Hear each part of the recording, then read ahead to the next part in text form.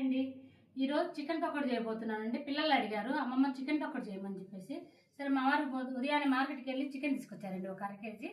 అది చేసే ప్రాసెస్ చూపిద్దామని చూపిస్తున్నానండి. ఇదిగోండి బాగా కడిగి పెట్టాను, 4 సార్లు కడిగి పెట్టానండి. ముక్కలు కూడా ఒకే సైజు ముక్కలు కొట్టించుకొచ్చారండి మా వారు. చిన్న సైజు బాగా నూనెలో వేయడానికి బాగుంటుంది ఈ సైజు కొట్టించుకొని వస్తే. ఇది చేసే ప్రాసెస్ చూద్దామండి. ఒక నిమ్మకాయ అండి, అల్లం వెల్లుల్లి 1/2 కిలో కదండి, 1 స్పూన్ కరెక్ట్ సరిపోతుంది.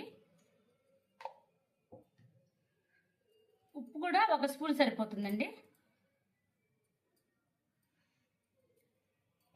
కారం 2 స్పూన్లు. కొంచెం ఎక్కువ తినొచ్చు వేసుకోవచ్చండి. ఉప్పు కారాలు ఏంటంటే తినేదాన్ని బట్టి నేను ఇంకా కొంచెం వేస్తున్నానండి.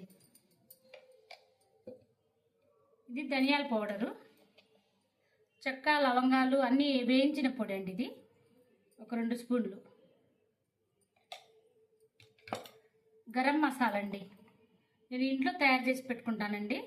చూడండి కొంచెం వేస్తున్నా. శనగపిండి అండి, ఇది ఒక 2 స్పూన్లు అండి. ఇంకేంతేనండి, ఇంకేం లేదు. శుభ్రంగా కలిపి ఫ్రిడ్జ్లో బాగా పట్టేటట్టు 2 గంటలు పెట్టుకుంటే చాలండి. చాలా బాగా ముక్కకు పట్టేసుకుంటుంది. మనకి దీంట్లో నీళ్ళు ఏమి వేయద్దండి. నీళ్ళు వేస్తే మళ్ళీ లూజ్ అయిపోతుంది. ఈ శనగపిండితోనే కరెక్ట్గా సరిపోతుందండి మనకి. నేను చేసే ప్రాసెస్ ఇంతేనండి, నేను ఇప్పుడు చేసే పద్ధతిలో చూపిస్తున్నాను.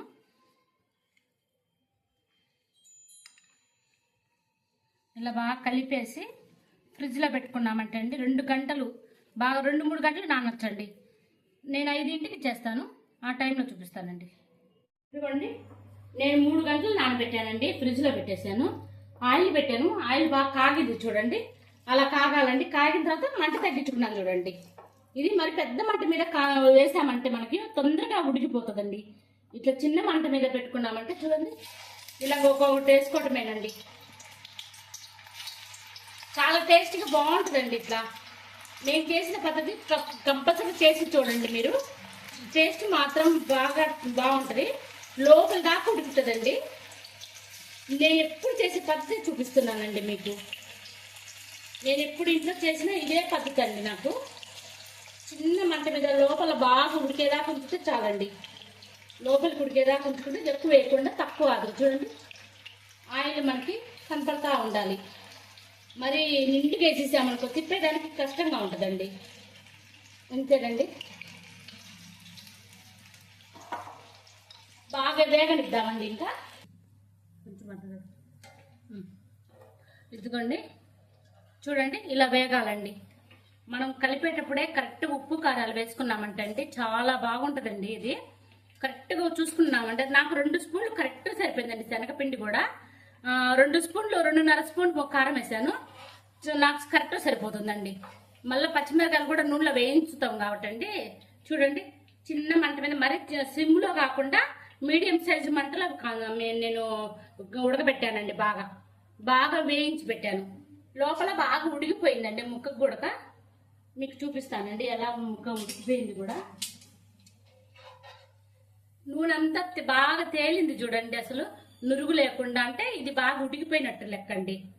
మనకి నురుగు అట్లా ఎక్కడ లేకుండా బాగా బాగా ఉడికిపోయింది. లోపల ముక్క నూనెలో వేగిపోయిందండి. చూడండి అసలు ఉడికినట్టు కూడా ఎంత బాగా తెలుస్తుందో. ఉప్పు కారాలు అన్నీ సరిపోతాయండి. నేను వేసుకున్నది అయితే పర్ఫెక్ట్గా సరిపోతుందండి. ఇదిగోండి చూడండి ఎలా వచ్చేసిందో. ఉడికింది, స్మూత్గా ఉంటుందండి. మరి లబ్బర్ లాగా సాగకుండా ఉంటుందండి. నేను చేసే పద్ధతి అయితే లబ్బర్ లాగా ఉండదండి, స్మూత్గా ఉంటుందండి. అలా చేసుకుంటే మాత్రం చాలా బాగుంటుందండి. ఎప్పుడు ఇంట్లో చేసినా పర్ఫెక్ట్గా భలే కుదురుతుందండి. మా ఇంట్లో మా పిల్లలు బాగా ఉంటుందమ్మా. పిల్లలు అసలు మా పెద్ద మనవడు అయితే నేను చికెన్ పకోడీ అంటే వాడికి ఎంత ఇష్టమోనండి. నా పెద్ద మనవాడికి మనవరాలకి పిల్లలకి వీళ్ళు ఉన్నప్పుడల్లా పకోడీ చేయమ్మమ్మ చిన్న ఈ చికెన్ పకోడీ అడుగుతుంటారండి. అంత బాగుంటుంది. ఉప్పు కారాలు కరెక్ట్గా ఉంటాయి, లోపలికి బాగా పట్టేస్తాయండి ముక్కకి. ఈ ముక్కకి మనం కలిపి పెట్టుకోవడం వల్ల ముక్కకి బాగా పట్టేస్తుందండి. మనం ఎంత 4-5 గంటలు కూడా ఉంచుకోవచ్చు అండి. ఒక నైట్ అంతా కలిపి పెట్టుకున్నా పొద్దున్నే వేసుకోవచ్చు అండి. మాకు ఉదయం తీసుకొచ్చారు, నేను మధ్యాహ్నం కలిపానండి. ఉప్పు కారాలన్నీ మధ్యాహ్నం కలిపాను 2 గంటలప్పుడు.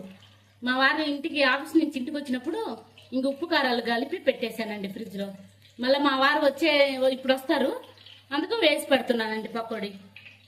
ఇంకా పిల్లలు అందరూ స్నాక్స్ లాగా ఇంకా టీలు కాఫీలు బాగా ఇచ్చినాం కానీ కాఫీ మళ్ళీ పెట్టుకొని తాగుతారండి ఇంట్లో. అట్లా అలవాటు అయిపోయింది. సాయంత్రం పూట అయితే ఏదో ఒకటి కంపల్సరీ చేస్తానండి నేను. ప్రతిసారి వీడియో తీయాలంటే కష్టం కదండి, అందుకని నేను ఎక్కువ బజ్జీలు వేస్తామండి. ఇంట్లో బజ్జీలు ఇష్టపడతారు మా వారు, బజ్జీలు వేస్తుంటా. ఈరోజు చికెన్ పకోడీ ఇంకా వీడియో ఒకరు అడిగారండి, చికెన్ పకోడీ రెసిపీ పెట్టమని అడిగారు. అందుకని చెప్పేసి వాళ్ళ కోసం ఎట్టు నేను చేస్తున్నాను కదా అని చెప్పి ఇంకా వీడియో చేస్తున్నానండి. చాలా బాగా టేస్టీగా బాగుంటుందండి. చూడండి, మంట కూడా నేను పెద్ద మంట కాకుండా సిమ్లో, మరి చిన్న మంట కాకుండా మీడియం సైజు మంట పెట్టుకున్నానండి, సరిపోతుంది. ఆ మంటలో బాగా ఉడికిపోయిద్దండి. చూడండి వీడియో, ఇదిగోండి అయిపోయింది. ఒక పక్క నేను వేస్తున్నానండి, ఒక పక్క నా మనవాడు చూడండి ఎట్ట కూర్చొని తింటున్నాడు.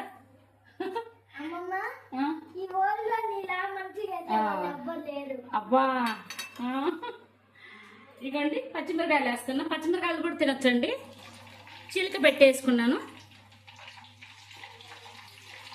ఒక 1/2 కిలో తీసుకొచ్చారండి మాకు చికెను. బాగా సరిపోతుందండి. సాయంత్రం పూట బయట కొనేదానికన్నా ఇంట్లో చేసుకోవడం చాలా ఈజీ అండి. మనకి 100 రూపాయల కంటే చాలా వచ్చింది. చూడండి, చూడండి ఎలా వచ్చాయి. బాగా ఒక 10 మంది తినచ్చండి. బాగా తినాలంటే ఒక 5 మంది, ఎక్కువ తినాలనుకుంటే. అదిగో చూడండి, పచ్చిమిరకాయలు వేపాను, కరివేపాకండి.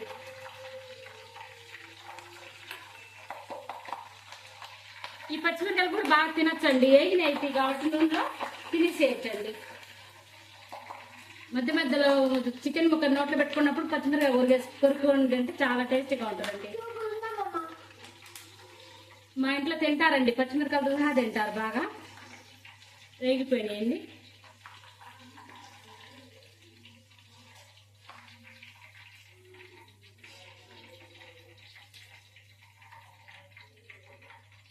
చూడండి చక్కగా వేగిపోయినాయి. స్టవ్ ఆఫ్ చేస్తున్నానండి.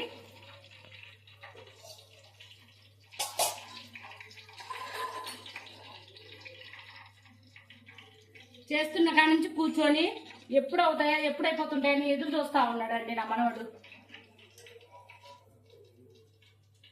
ఇదిగోండి, నేను చేసే పద్ధతిలో ఒకసారి చూసి చేయండి, చాలా బాగుంటుంది. టేస్ట్ మాత్రం సూపర్ ఉందండి.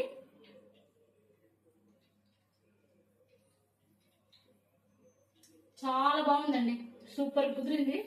టేస్ట్ ఉప్పు కారం నేను వేసిన మోతాదు కరెక్ట్ సరిపోయిందండి. 1/2 కిలోకి 2 స్పూన్లు 2.5 స్పూన్ కారం పట్టేసి చాలా బాగుందండి. టేస్ట్ మాత్రం సూపర్ ఉంది. ఒకసారి ట్రై చేసి చూడండి, నచ్చితే మాత్రం లైక్ చేయండి.